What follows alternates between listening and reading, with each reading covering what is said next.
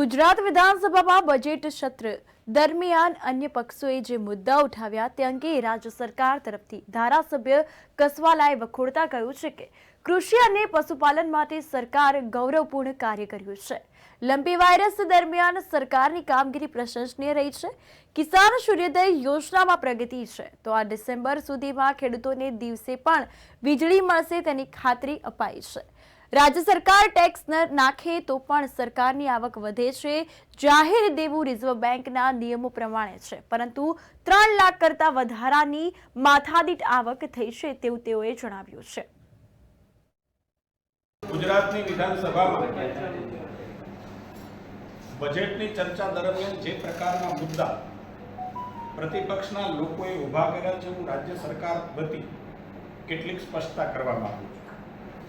राज्य सरकार द्वारा किसान कल्याण माटे खेडूतोना बहोळा हित माटे पहेलुं राज्य एवुं छे के ज्यां 0% उछीना पैसा जेने कही शकाय एवा 0% 3 लाख रूपियानुं धिराण राज्यना किसानोने आपवामां आवे छे। सिंचाईनी योजनाओमां व्याप वधार्यो छे। किसान सन्मान निधि द्वारा खेडूतोनुं सन्मान करवामां आवे छे।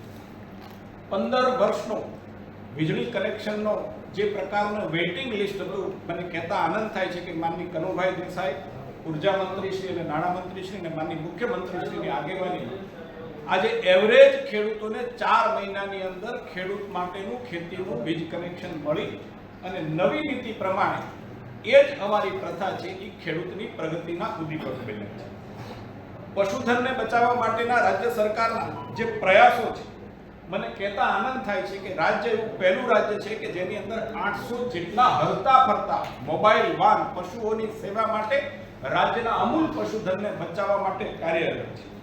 પશુ દવાખાનાઓ તજજ્ઞોની સંખ્યા પણ બીજા રાજ્યની સાપેક્ષમાં કરીએ તો ગુજરાતની અંદર ખૂબ મોટી છે। પરિણામ લંપી વાયરસ જેવા કપરા કાળની અંદર પણ ગુજરાતનું મેનેજમેન્ટ એ ચર્ચા देशनी अंदर चर्चा ने पात्र बन्युं हतुं। देशनी अंदर केंद्रनी सरकारे पण एमनी गणना करी हती, एमनी सराहना करी।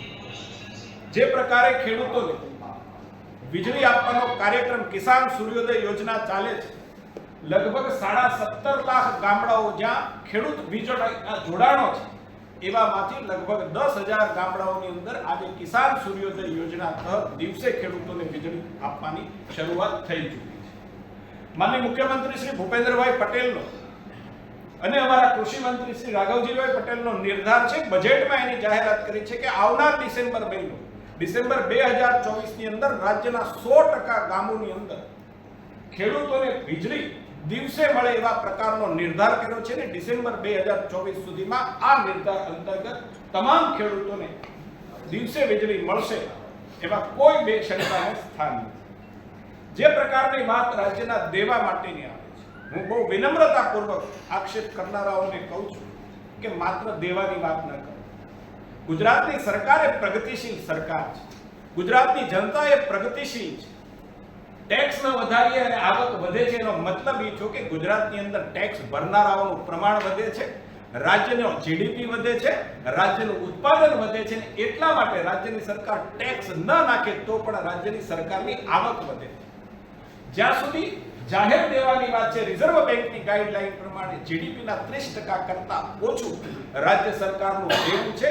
પરંતુ મારે ત્યાં એકને કહેવું પડે, આક્ષેપ કરનારાઓને કહેવું પડે કે બાજુના રાજ્યની માથાદીઠ આવક જુઓ અને ગુજરાતની આજે માથાદીઠ આવક જુઓ એટલે તમને ખ્યાલ આવશે કે ગુજરાત કોઈ પ્રગતિ કરતું રાજ્ય છે। આપણું ગુજરાત પ્રગતિનું ધોતક રાજ્ય છે, વિકાસની હરણફાળ ભરી રહ્યું છે। ત્યારે કદાચ જાહેર દેવું છે એ કદાચ रिजर्व बैंक की गाइडलाइन प्रमाणे बिल्कुल योग्य है, गाइडलाइन प्रमाणे है, परंतु गुजरात की व्यक्तिगत आवक आ 3 लाख ने पार कर गई है। मैं मानु छूं कि गुजरात गौरव लई शके।